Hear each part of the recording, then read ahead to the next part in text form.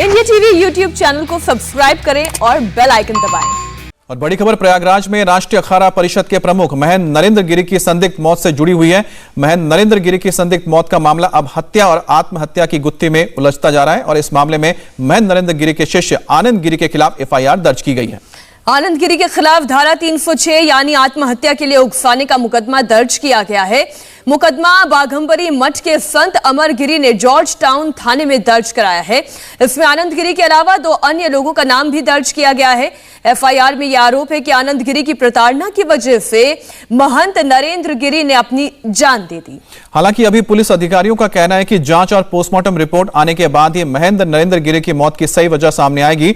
Police ने अभी तक इस मामले में 3 लोगों को हिरासत में लिया है। नरेंद्र गिरी के शव के पास से मिले सुसाइड नोट में जिस शिष्य आनंद गिरी का नाम है उसे हरिद्वार से हिरासत में लिया गया है, जबकि आद्य तिवारी और संदीप तिवारी को प्रयागराज से हिरासत में लिया गया है। आद्य तिवारी और संदीप तिवारी दोनों प्रयागराज के प्रसिद्ध लेटे हनुमान मंदिर के पुजारी हैं। तीनों से पूछताछ की जा रही है।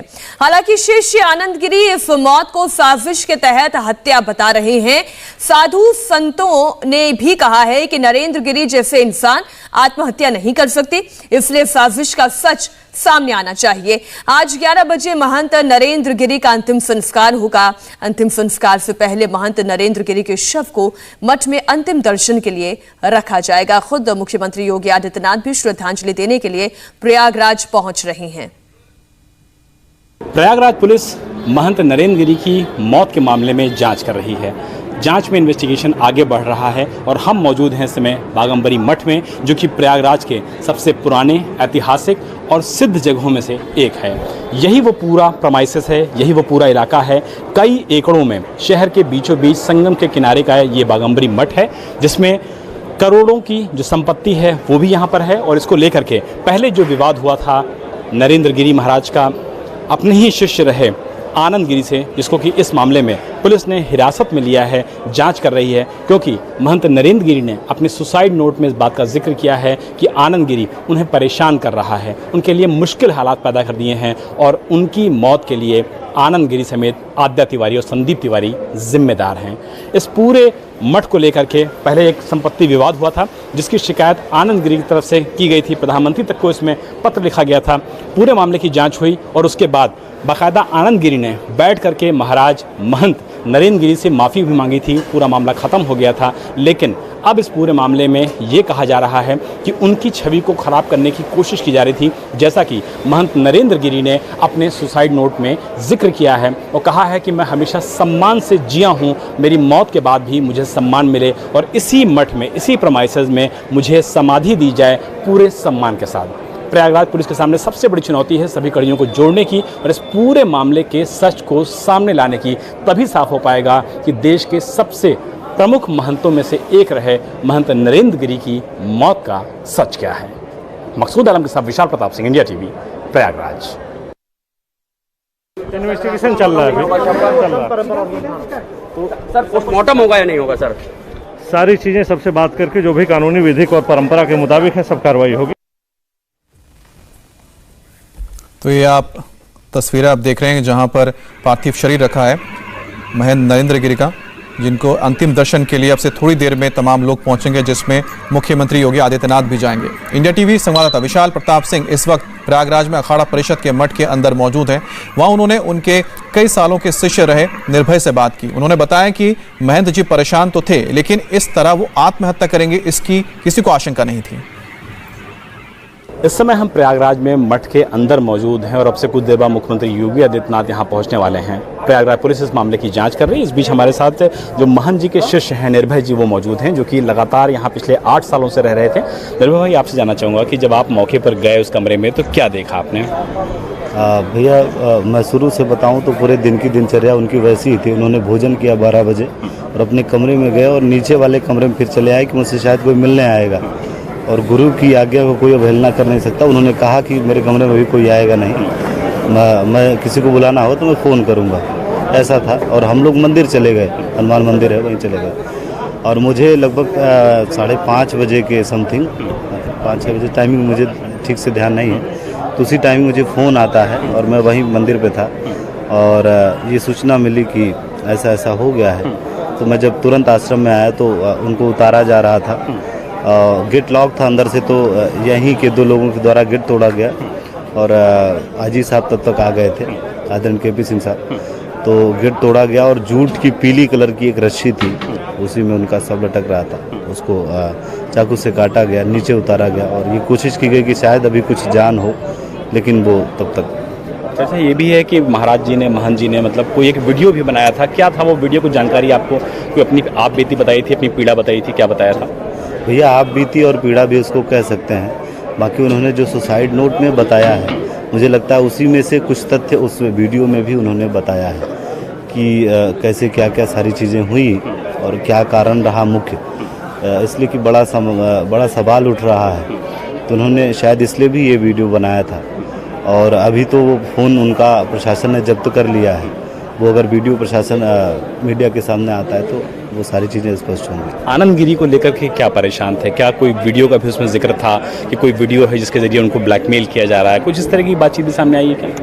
भैया ब्लैकमेल वाला तो मामला अभी कुछ सामने नहीं आया है। बाकी जो इसके पूर्व का मामला रहा है कि वो अपने शिष्यों के लिए करते हैं, वो मठ की संपत्ति बदनाम करते हैं, तो मैं सीधा एक तौर में आपको बता दूं कि नासिक, उज्जैन, प्रयाग, हरिद्वार, इन 4 कुंभ का मैं स्वयं गवाह रहा हूं। उन्होंने हमेशा अखाड़ों के लिए, अखाड़ों की संपत्ति के लिए हमेशा तन मन धन उन्होंने अर्पण किया है। सभी अखाड़ों को बढ़ाने में उन्होंने अपना जीवन दिया है। ये आपकी बात बिल्कुल ठीक है। आनंद गिरी पे जो आरोप लगाए जा रहे हैं वो कौन से आरोप हैं, उसके बारे में थोड़ा अगर हम लोग को बता पाएं। महाराज जी कभी जिक्र करते होंगे कि किस तरीके से उनको परेशान कर रहा है? ये उन्होंने जो लिखा है तो उसमें बताया गया है कि मैं जीवन भर स्वाभिमान से जिया और लगातार उनके आचरण पर उंगली उठाई जा रही थी कि वो इस तरह करते हैं। क्या करते हैं? मतलब आश्रम के बच्चों को पैसा देते हैं, आश्रम के बच्चों का घर बनवाते हैं, आश्रम के बच्चों को गाड़ी देते हैं। तो मैं ये साफ तौर पे कहना चाहता हूँ कि अगर हम कहीं भी ईमानदारी से रहेंगे तो कोई भी गुरु होगा, कोई भी व्यक्ति होगा, अगर ईमानदारी से हम लोग समर्पित रहेंगे तो वो बिल्कुल अपने शिष्य के लिए करेगा, इसमें 2 राय नहीं है। लेकिन इस तरह से गुरुजी को परेशान करना, आज ये हालत इस बाघंबरी गद्दी की है, आज ये दुर्भाग्य है हम लोगों का कि गुरुजी हम लोग के बीच में नहीं है। इससे बुरा दिन अब हम लोग के जीवन का नहीं हो सकता। मठ में कोई प्रॉपर्टी से रिलेटेड कोई इस तरीके का विवाद भी था क्या आनंद गिरी के साथ? प्रॉपर्टी से रिलेटेड भैया कोई बात नहीं थी, और फिर रही होगी तो उनकी आंतरिक बात है। और ऐसा कहा जा रहा है कि महंत नरेंद्र गिरी और उनके शिष्य आनंद गिरी के बीच कई बार संपत्ति और पद को लेकर विवाद हो चुका है। 3 महीने पहले मठ और मंदिरों की प्रॉपर्टी को लेकर गुरु शिष्य का झगड़ा हो गया था। आनंद गिरी ने मठ और मंदिर की बेची गई जमीनों के करोड़ों रुपए के दुरुपयोग की उच्च स्तरीय जांच कराने की मांग की थी और इसके बाद महंत नरेंद्र गिरी ने आनंद गिरी को मठ से बाहर निकाल दिया। लेकिन कुछ दिन बाद ही आनंद गिरी ने नरेंद्र गिरी से माफी मांगी थी और आपको बताते हैं कि उस माफीनामे का जो वीडियो था वो भी सामने आया था।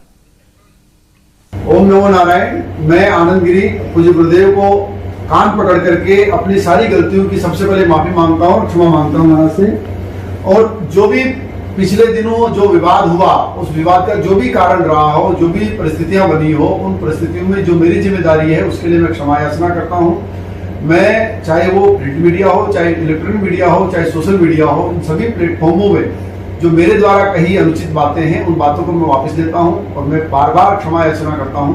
मैंने हमेशा कहा है कि गुरु हमेशा भगवान के दर्जे पे होते हैं, उनके बिना मेरा अस्तित्व नहीं है। इसलिए मेरे द्वारा अज्ञानता में और नादानीवश जो गलतियां हुई उनके लिए क्षमा याचना करता हूं और अपने बयानों को, जितने बयान मैंने दिए उनको वापस लेता हूं। और साथ ही साथ अखाड़े के पंचों के साथ भी अगर मेरे द्वारा कुछ अभद्रता हुई हो तो मैं उनसे भी क्षमा याचना करता हूँ, माफी मांगता हूँ। मैं अपने सारे बयानों को वापस लेते हुए पूज्य गुरुदेव के चरणों को प्रणाम करता हूँ।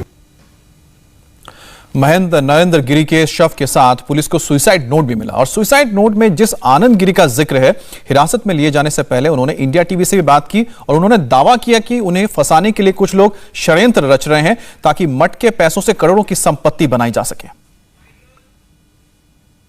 महाराज के साथ रहते थे, जिसमें एक सिपाही अजय सिंह है, उसके पास बहुत संपत्ति मठ से बनी है, कई फ्लैट लिए हैं और बेनामी संपत्ति खड़ी की है मठ के पैसों से। एक मनीष शुक्ला है जिसको 5 करोड़ का मकान मठ के पैसों से बनाया गया है। एक शिवेक मिश्रा है, 3 करोड़ का मकान उनको बना के दिया गया है। एक अभिषेक मिश्रा है, उनको पैसा दिया गया। सर, ऐसे तमाम लोग हैं जो मठ की संपत्ति को छीन करके लूट रहे थे। उन लोगों ने उनको मारा है और मार करके, जानबूझ करके उनको मार करके मेरा नाम डाला गया। सर, ये हत्या है सर, ये आत्महत्या नहीं है। मैं आपसे हाथ जोड़ के पुनः यही रिक्वेस्ट करूंगा, इस पे जांच हो जाए बस। नमस्ते, मैं हूं मीनाक्षी जोशी। वीडियो और खबरों से अपडेट रहने के लिए India TV YouTube channel subscribe करें, बेल आइकन दबाना ना भूलें। जुड़े रहें इंडिया टीवी के साथ।